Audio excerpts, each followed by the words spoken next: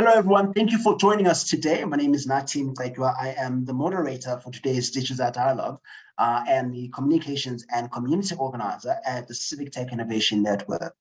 For the benefit of participants who are blind or have a visual impairment, all speakers will begin with a short self-description. My name is Mcetywa, coming to you from Johannesburg, South Africa. I'm an African man wearing an orange top. Today, we're putting the spotlight on emerging tech, exploring ChatGPT's opportunities and risk for CSOs. AI chatbots like ChatGPT are all the buzz in the digital zeitgeist.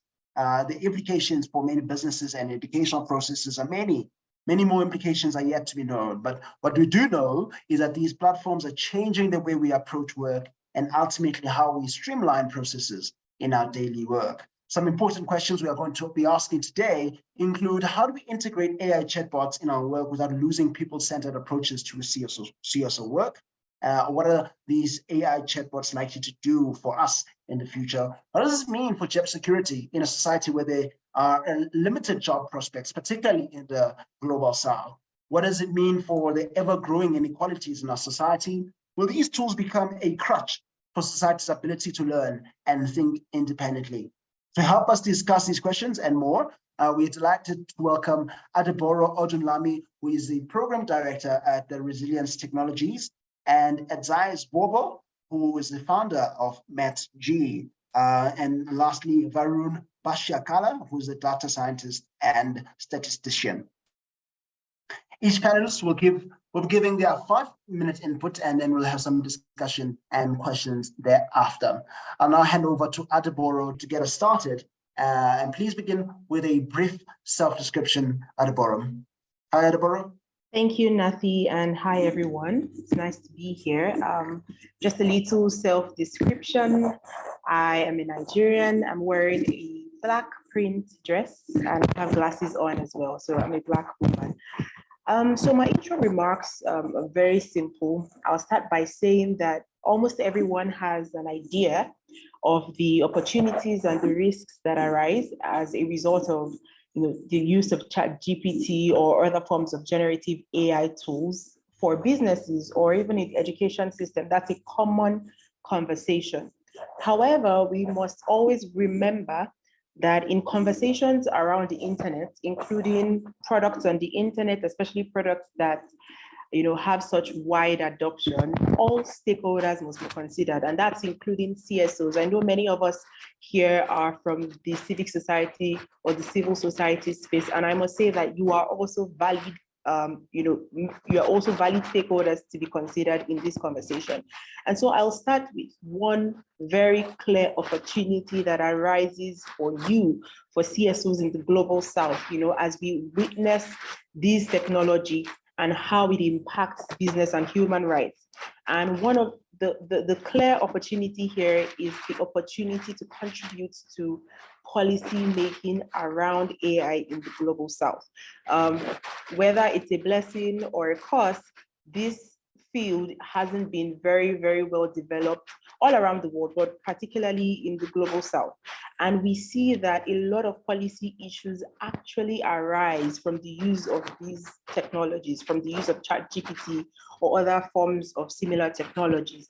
Policy issues such as data protection, information bias, truthfulness and accuracy, ambiguities around intellectual property, and so on.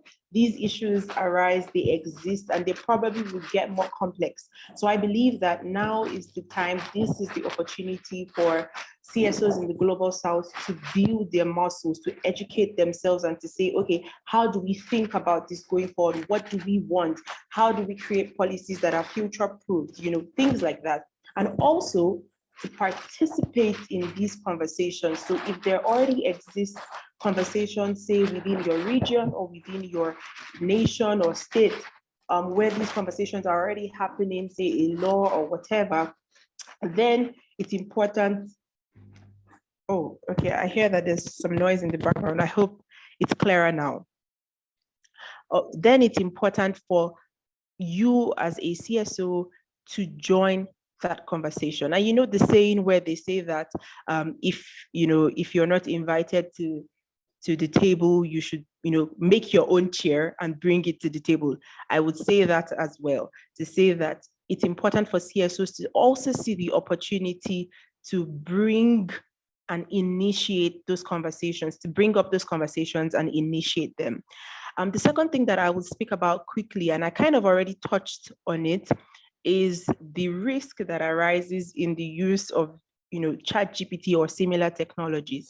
Now, given that the nature of the work of CSOs is very people-oriented, right? We are constantly working with people, constantly trying to help people, constantly working also by implication with sensitive data.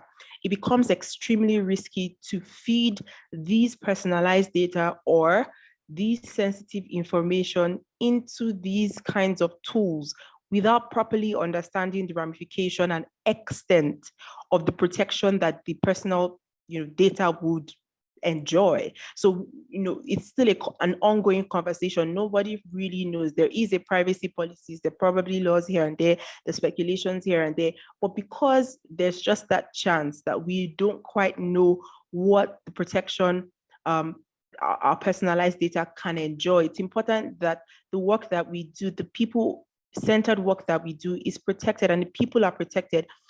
With the work that I do here at Resilience Technologies, where I'm privileged to work with CSOs in Africa to strengthen their digital security resilience, one thing that we found out is that there's not a lot of well-equipped CSOs in the global south that are able to fully protect sensitive information. So given this already vulnerable situation, it's important that CSOs in their use of ChatGPT or other such tools take extra precaution to say either anonymize sensitive data that you would feed into the tool, or to altogether just desist from engaging sensitive data sets with the tool. And in my conclusion, so that I don't use too much of the time, I'll end by saying that there are benefits of this tool to CSOs.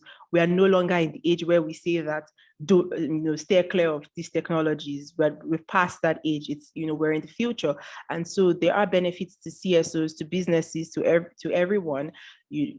However, as a CSO, it's important. I just want to encourage you to protect the subjects of your advocacy, and particularly to participate in building stronger systems that will create a proper environment that both would foster innovation and trust.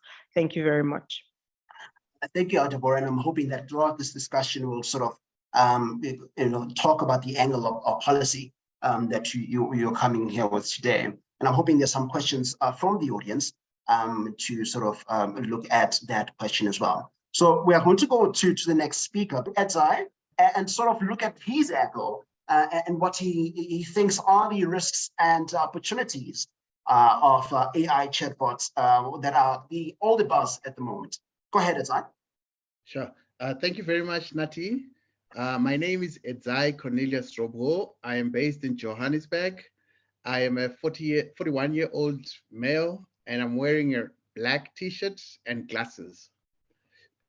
Today, I'm representing the entrepreneurs that are actually creating solutions using ChatGPT and GPT-3, the framework that underlies the interactions through AI that you're experiencing through ChatGPT. So the popularity of ChatGPT has actually democratized access to AI, because AI used to be for the technical people only. But now, because of the human-friendly interface where it's conversational and it can remember conversations and you can continue with it, it has made it natural and has fit into human nature, which is conversation. So just like Facebook and social media, they accentuated behaviors that we have always had, that is being able to share our successes with our friends, being able to connect with friends and family. It's the same thing now. ChatGPT has just enabled us to work with information seamlessly, right? So the human-computer interface has been made easy.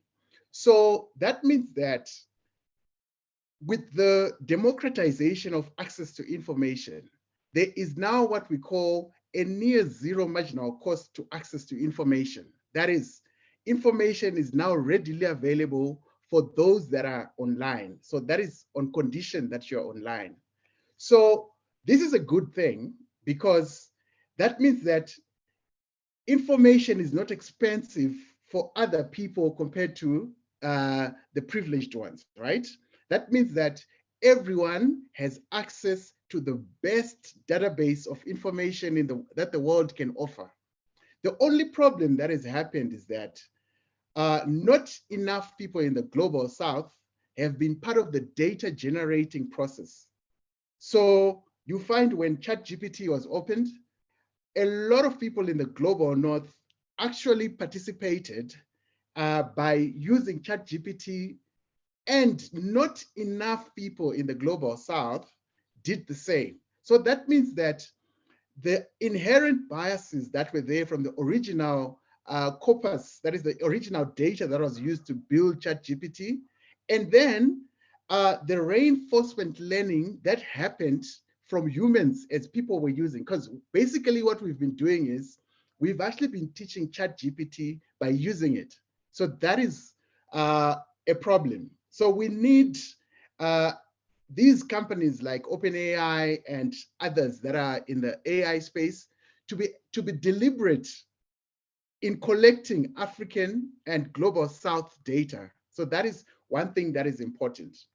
Then reading posts and comments and opinions that are being made by people, you find that people are treating AI like it's a domain, like it's a subject domain. But we should actually realize that there is a fundamental change that has happened by the democratization of AI. AI is ubiquitous. It's in everything we do. It permeates every facet of life. So it's a tool that helps us and enhances our productivity, but it's not in one domain. It's not in one field. It's not a subject. It's not bounded by anything. It is seamless across all facets of life. So that means that whatever it is that you're doing at any given time, you might actually realize that there's AI embedded in the background without you even realizing. So it's important for you to understand that. And then the other thing to realize is that in as much as AI has changed and improved our productivity, it does not understand what it's writing. These models are language models that know how to write, right? They know how to generate words, right? So there's a probabilistic mechanism where it can generate the next word going on like that. And we have to realize that we as humans are still the custodians of high entropy thinking, high entropy creativity, right? We are the ones who still can solve the hard problems. In fact, the AI is actually reactive because the AI can only respond to a prompt. So that means that its response is a function of your prompt, right? So whatever you command it or ask it to do, that is what it's going to do. So as a CSO, how can you use it to improve your life? Right. First of all, accept that this thing is here to stay. Right. And it's very interesting because Kay just mentions there that, and I'm going to ask you to wrap. I'm going to wrap now. That Kay is talking about that that access, we already have access now, but we do expect that in the future, private companies will sort of privatize, and now this will sort of further the inequalities that you sort of started talking about, and so we're going to go back to that and sort of talk about how we prevent that from happening. So Adeboro did speak about policy, right, and how that sort of can influence access and sort of deal with the inequalities that you've now spoken to. So we'll go back to that when we do have the discussion together. Thank you, Edzai. So we're going to go now to our next speaker, who also has a different angle to talk about this particular subject that we have. And he's going to sort of dwell into, to talk about the history of AI and where it started. In fact, before I start doing things, start talking on his behalf, Varoon is already here. Varoon, do you want to go ahead and do this?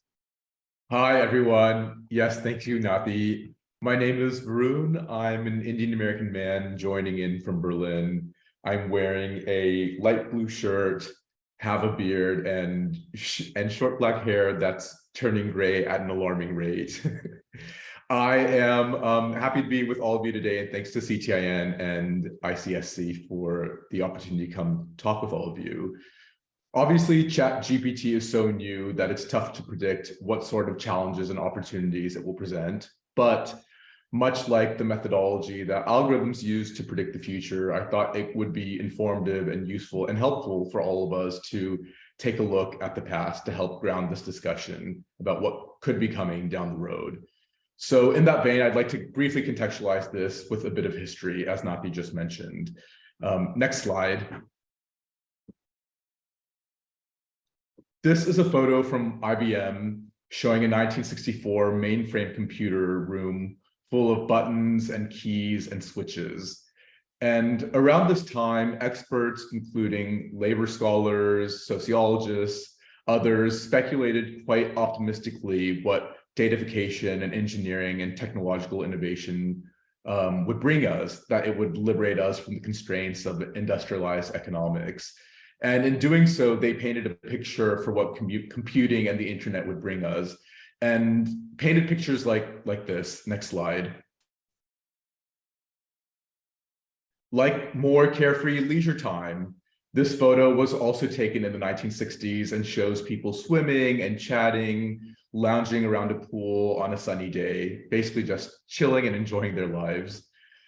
Maybe that's true for some people. When I think about my life in the future with ChatGPT, I don't envision one in which I suddenly have more free time, having automated all the mindless tasks on my agenda. But I think the point is that the internet at large has afforded us a lot of conveniences, but it's also created a number of problems.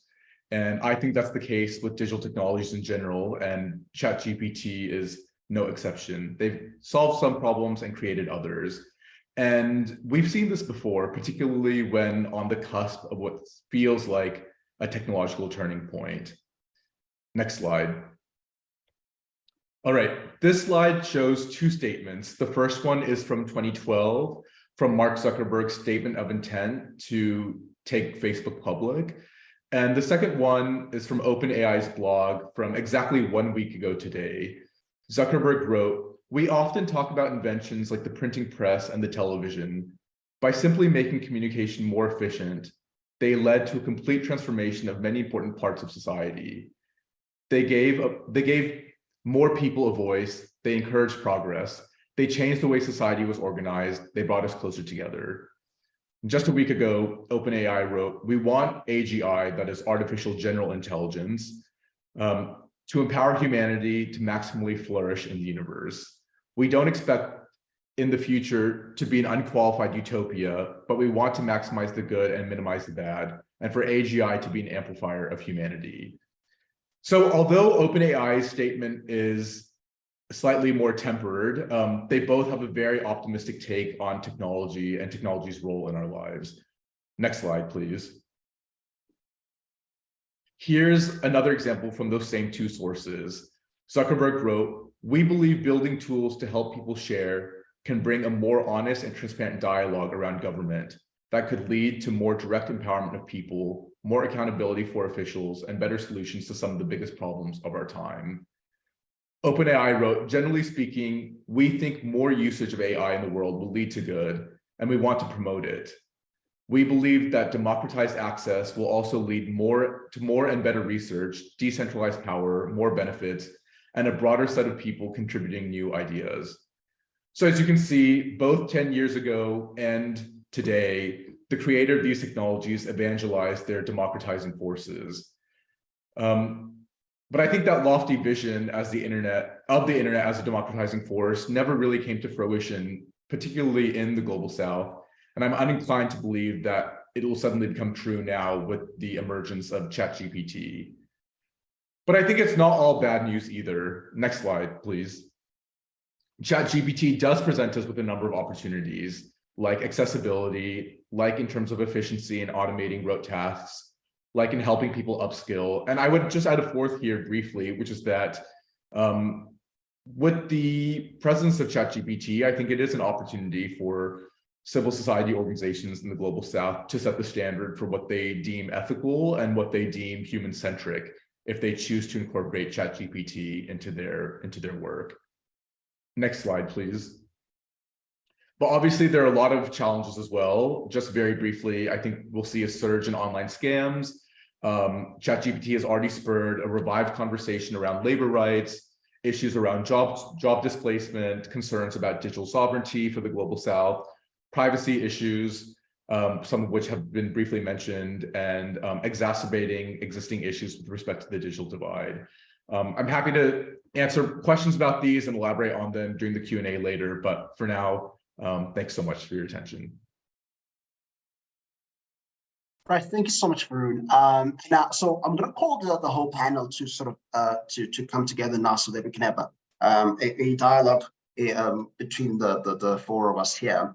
And I'm very interested in some of the things that we were talking about. And I think the sort of theme that's coming out here is that, you know, we want to democratize or in fact, we've been democratizing technology, and we want to further democratize these AI chatbots. So, and then what Edzai was saying before is that, like, there's internet biases, right, because of inequalities already that exist. And he's saying we must teach this AI platforms how to sort of engage with us, right?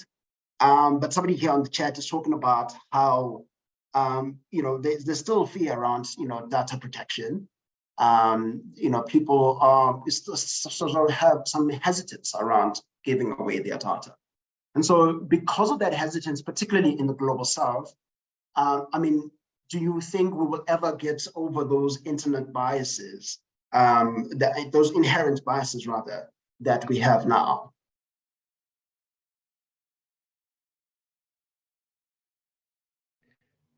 Okay, I can take that one. Go ahead, yeah.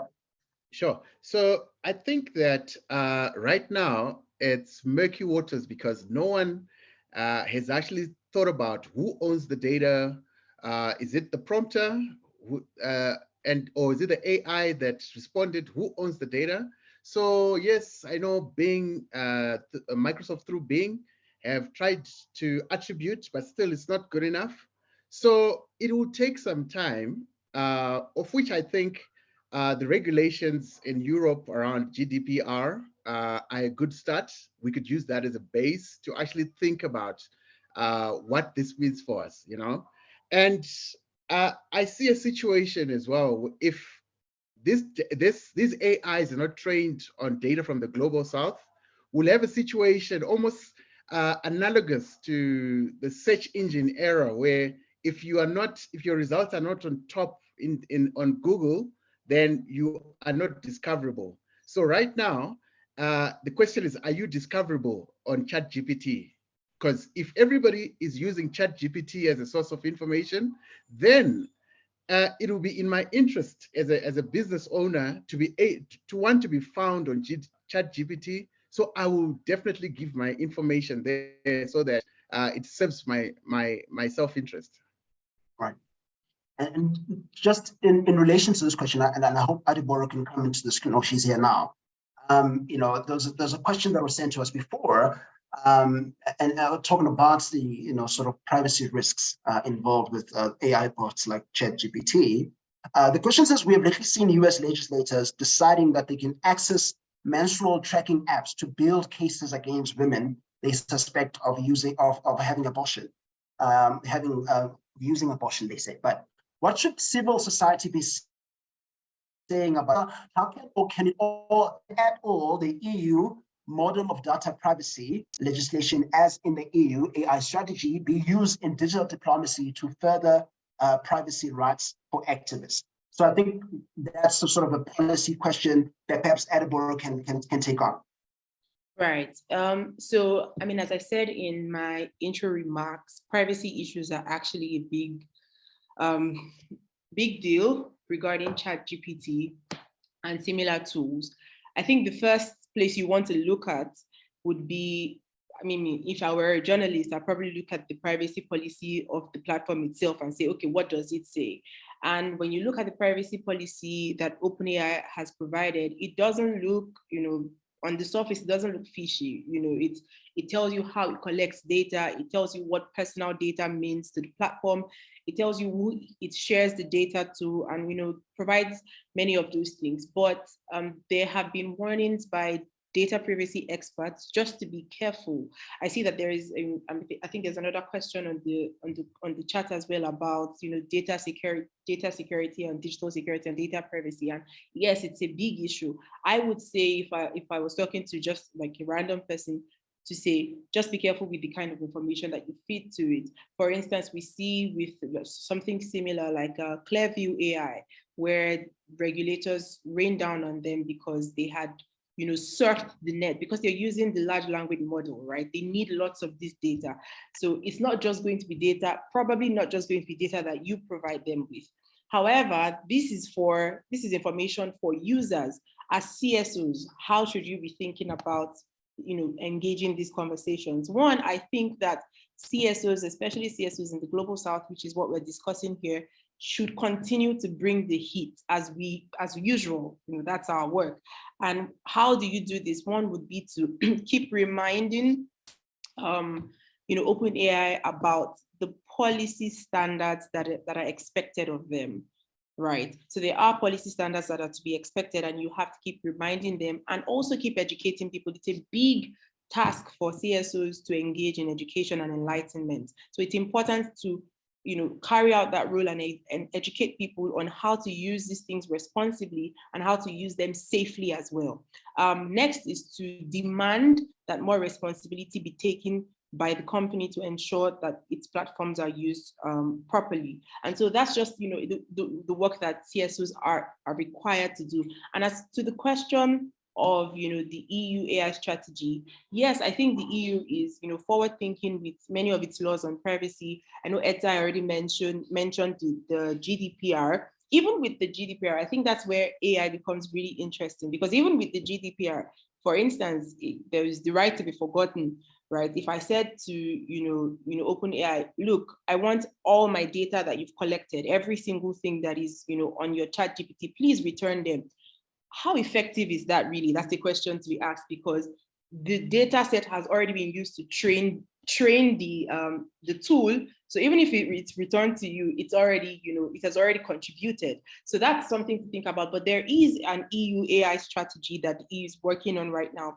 And honestly, I think that, like Edzai also said concerning the GDPR, it's a good tool. It's a good resource for CSOs in the Global South to read and look at and maybe follow the policy-making process, so that it can serve as a base resource to help them think about how to conduct advocacy, or to help us think about how to conduct advocacy.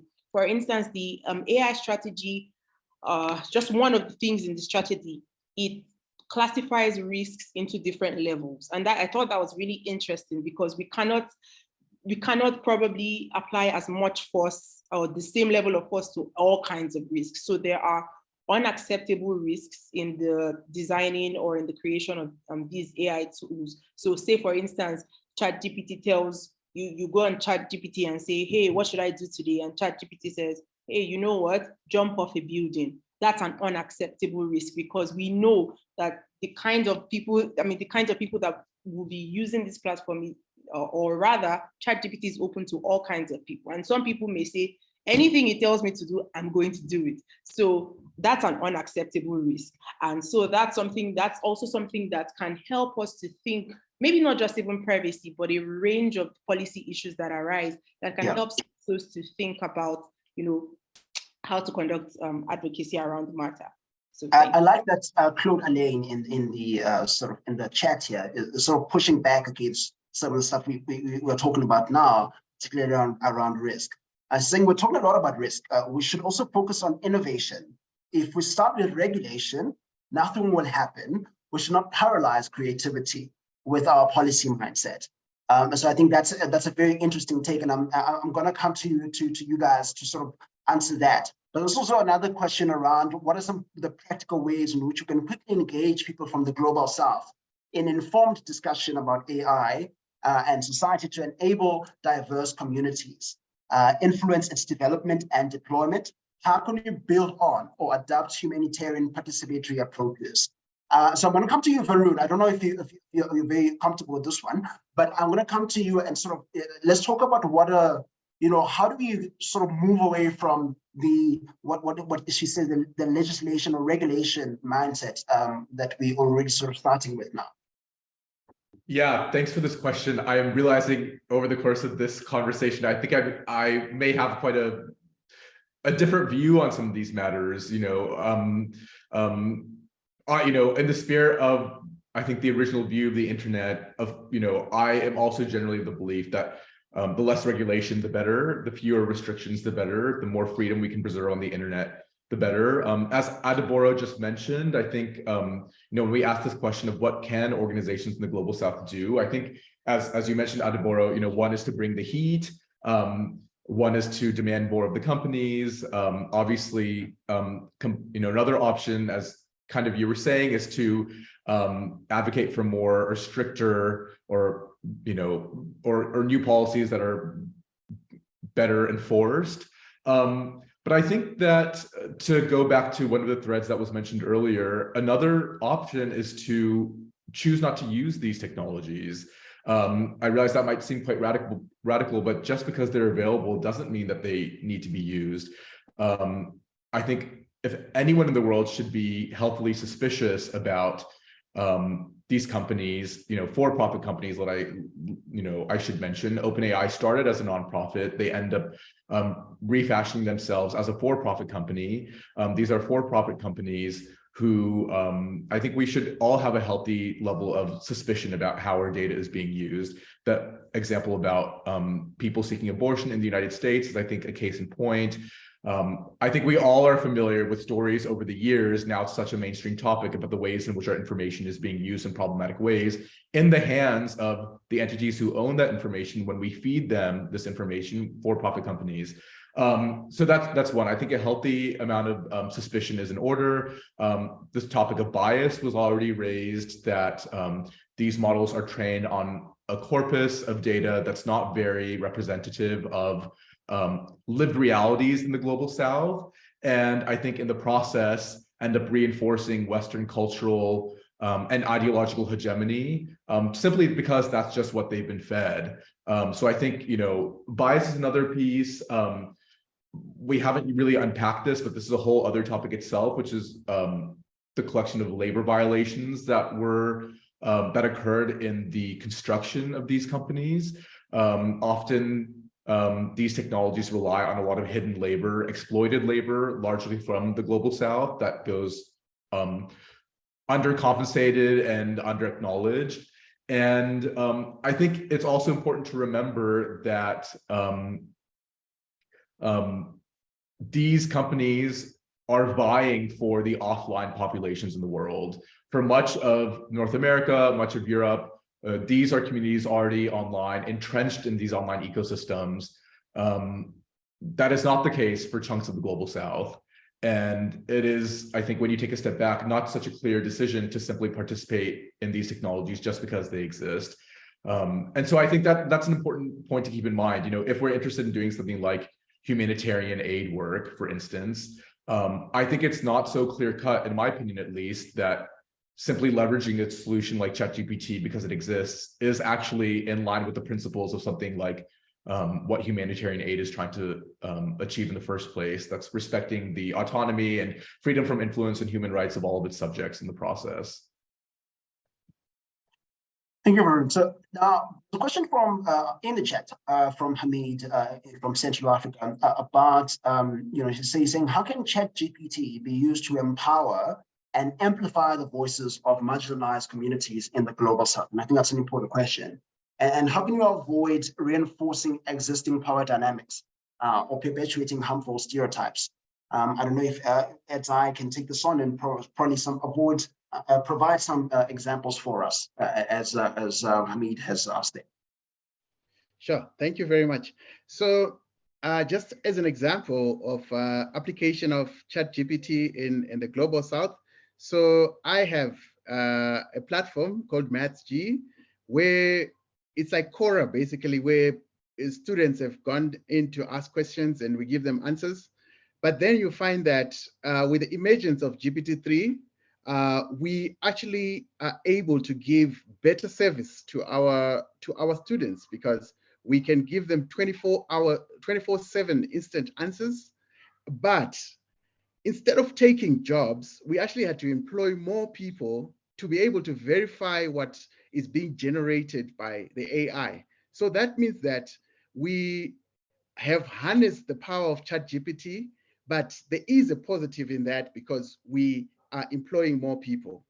Now, when it comes to enhancing innovation, and as somebody has said in the chat, and making sure that this innovation is inclusive of the Global South, I believe that the OEMs, the technology original equipment manufacturers, like your Googles, your Huawei's, your Microsofts, have a pivotal role to play because they already have presence in the Global South. They already run programs. Like, for example, Google has committed $1 billion to training entrepreneurs and helping people with things like digital marketing. So within those programs, they can actually liaise with CSOs, with entrepreneurs, with government entities to make sure that there is transfer of knowledge on how to harness the power of AI. So there's a program, for example, in South Africa, where to try and redress the problems of apartheid, they have come up with something called the Broad-Based Economic Empowerment Program. But you find that your big tech OEMs are exempt from that process, but they have a program called the Equity Equivalence Program, where they are mandated by government to offer free courses on these technologies that they are bringing in. So it's a model that can actually be used by every other country to ensure that it is part of their CSI, a corporate social initiative, to make sure that the people on the ground that they are serving understand these technologies and can use them and can build on top of their solutions. So like we have been fortunate to build stuff on top of the Google Cloud for free because Google has that program in Africa. So I believe that there are ways of making sure that the innovation diffuses into all corners of the earth. Thank you. Right. So, I mean, I want to sort of come back to the civic of it all, right? Because I think what brought us all together here is we want to understand how we can use these chatbots or these AI tools in our CSOs NGO work, right? How can we? I mean, what are some of the best ways to do this, to integrate AI chatbots in the work that we do without losing the people-centered approaches of CSOs and NGOs across the Global South? I don't know. I'll start with you, Adeboro, and we'll go to Varoon and Edzai thereafter. Right. Okay. So I think we can totally use them in the general ways that they are being used by organizations right now and businesses. There are communication needs for one. I'll take that part that NGOs have. And for instance, you typically have to do press releases, articles, blogs, emails, things like that. It helps you to cut the time, the resources that you would have otherwise used, in writing these things from scratch. So that's a case to use you can use it for your communication needs. Right. Varoon? Yeah, I started my career in the private sector, worked for a number of years in Silicon Valley before coming over to do public interest work, public interest technology work. And I was surprised when I started in the CSO world, how occasionally we write extremely long reports. Yeah, occasionally have found myself in this situation in which I needed to read some of these extremely long reports. And I think internally, something like ChatGPT can be very useful for summarizing content. Of course, I think it's best used if it's a starting off point. There's probably a lot of reduction. It's quite reductive to summarize text, I would imagine, on the whole. But I think perhaps it's a good place to get a broad overview of something from the get-go, and then maybe dive in more deeply to particular sections that are of interest. That's one idea just off the top of my head. And, ChatGPT can be really useful for interacting with end users, whether that's answering commonly asked questions or obviously, within communications like Adeboro was just mentioning. I think that there is some degree of rote work that is just a fact of life when you work in an NGO or a civil society organization that something like ChatGPT can help relieve. Very interested in whether or not you guys would recommend this for NPOs, and is this something you highly recommend? But Edzai, what's your take? Yes, so I mean, traditionally, funders of NPOs have complained that the bulk of the money goes to administrative activities and doesn't filter down to the beneficiaries. So I think we shouldn't lie to ourselves that ChatGPT has brought in almost 10x productivity, and it is important for every NPO to actually self-introspect and look at their processes end to end and say, what is it that we can actually automate, right? If it's press releases, if it's writing reports, if it's, so we have to be proactive and then rearrange our organizations to optimize around the technology that that helps us improve, right? So just reading around, I see a lot of organizations, for-profit and non-profits. A lot of them are used because of the risk inherent in using ChatGPT, because it sometimes goes off the mark.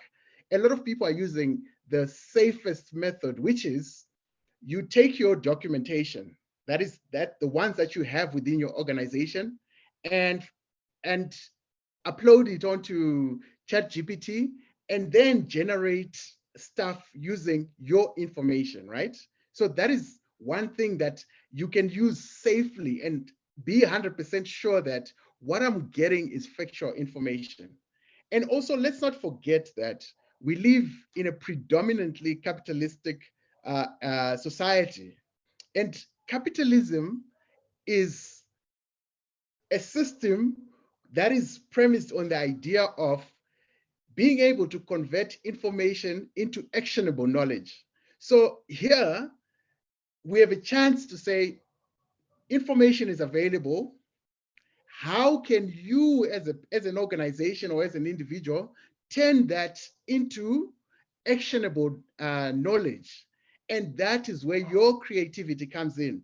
All those skills that they were talking about at the World Economic Forum, to say 21st century skills like communication, critical thinking, curiosity, this is the time to use those things, because your prompt might not be as good as mine, and we could be prompting the same thing, but getting diametrically different results. So it's important to use your creativity. Thank you. Now, I want to say, I mean, some people, especially around this discussion of AI, people are worried about jobs.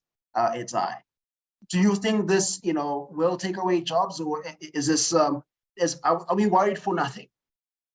No, definitely it will take away jobs, but other jobs will be created. There were so many jobs that didn't exist 10 years ago that came with the emergence of social media. When blockchain came along, there were some jobs that were created that were never there.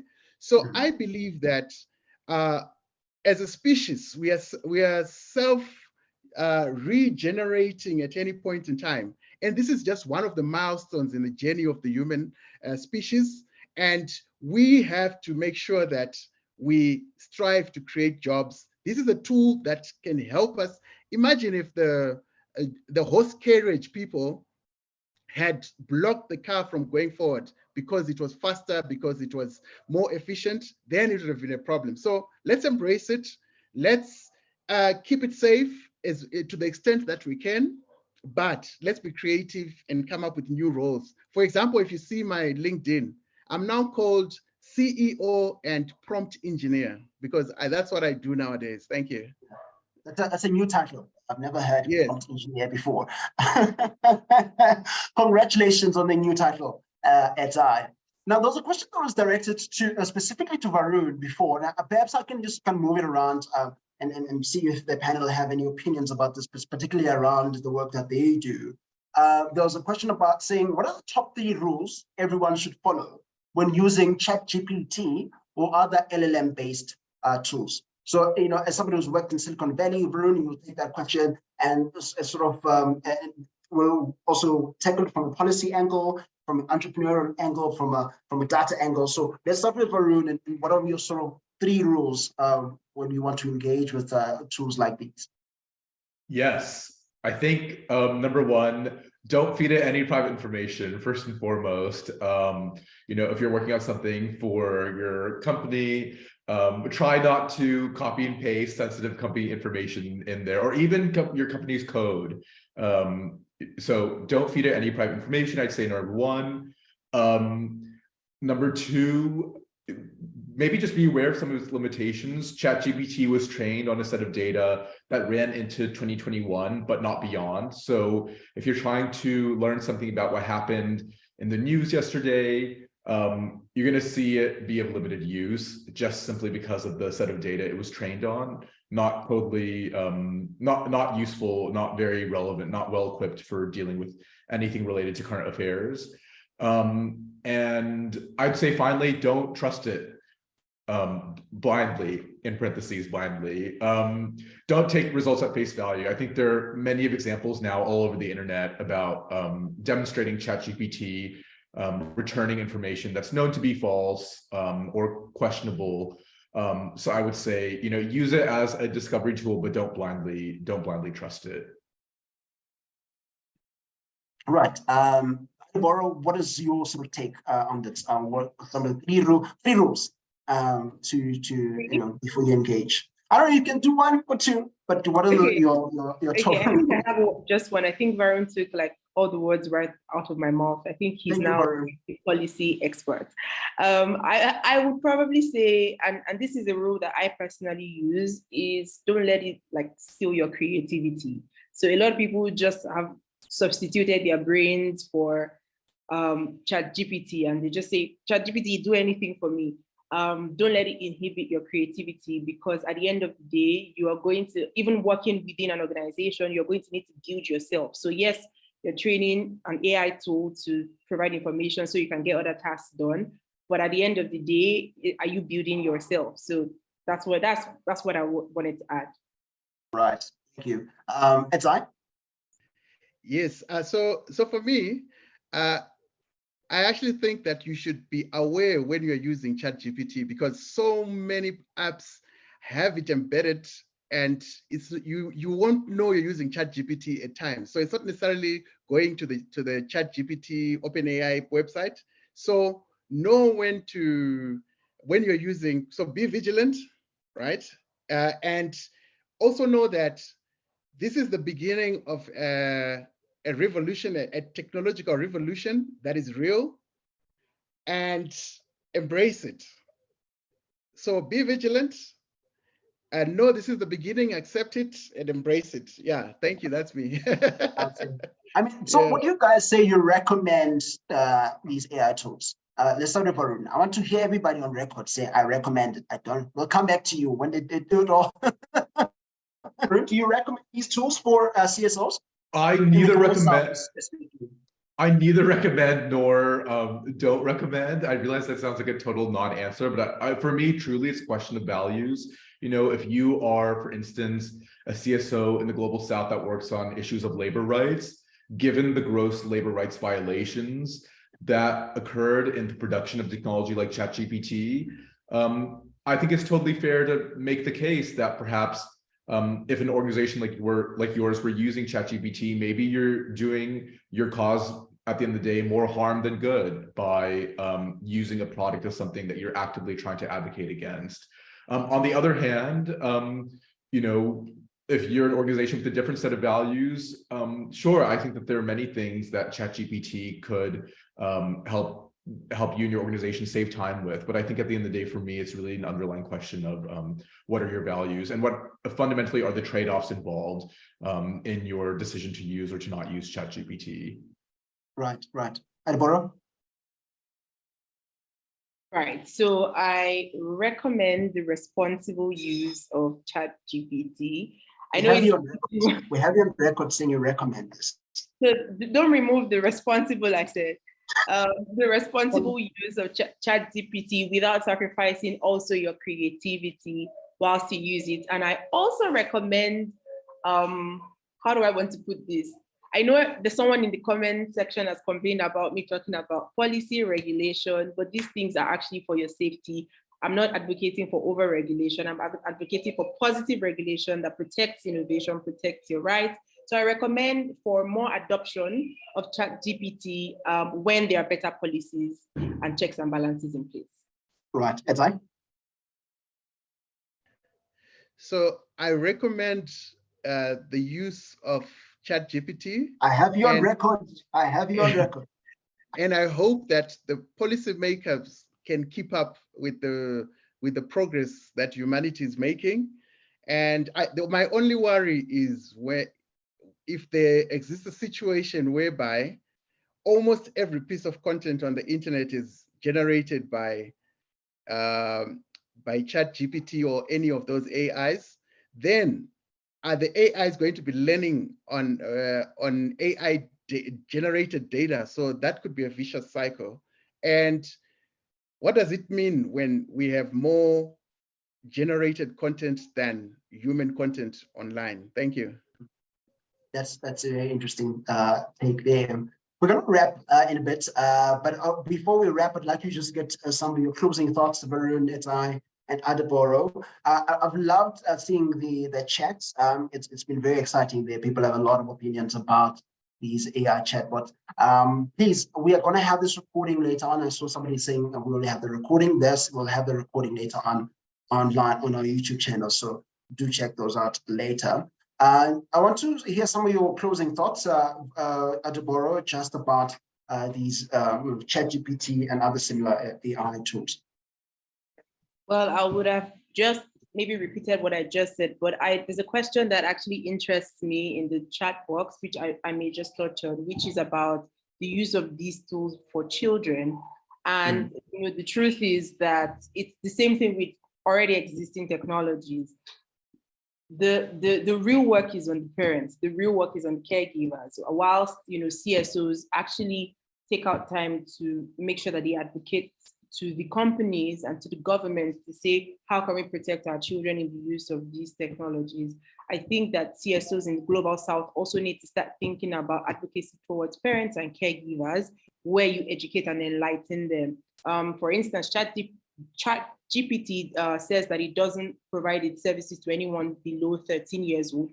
But at the same time, when you're signing up, it doesn't ask you for your age or anything like that. So it's very important that we protect the vulnerable people around us who are children, because anything is truth to them, anything is objective truth to them. So that's right. Also, I just want to wrap up with that to say it's very important that CSOs conduct advocacy also towards parents and caregivers for the vulnerable community. Edzai, 1 minute. Okay. Yes, so yeah, as I've said before, let's embrace this this technology. Let's be as creative as possible, and let's not be reckless in our use of these technologies as well. So the vigilance to be able to differentiate, between a bot and a human being, almost like the Turing test. Yes, and the good part, by the way, that I forgot to say was that just last night, the ChatGPT API was released, and it's orders of magnitude cheaper than the GPT-3 that we are using. So the whole day we've actually been coding, trying to get this new ChatGPT API, which is more potent than what you've been seeing in apps of late. So it's a good time. Thank you. Thank you, Edzai. Varoon, quickly, please.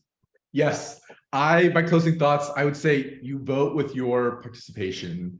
I realize I've been quite critical, but I don't want to undermine at the same time what an awesome piece of technology this is. It is quite amazing, reaching 1 million users in such a short period of time. I think anyone who's interacted with ChatGPT, there is a little bit of this kind of goosebumps moment, realizing that this is a machine. And I think there's something quite incredible about that in and of itself.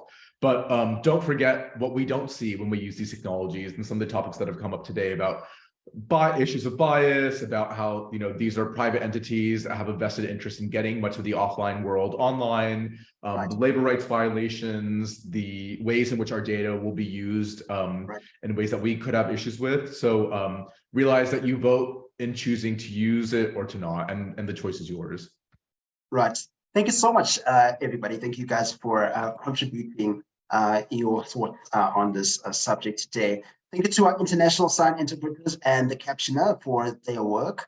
And finally, thanks to the audience for joining us today and for all your great questions in the chat. Right. Thank you so much.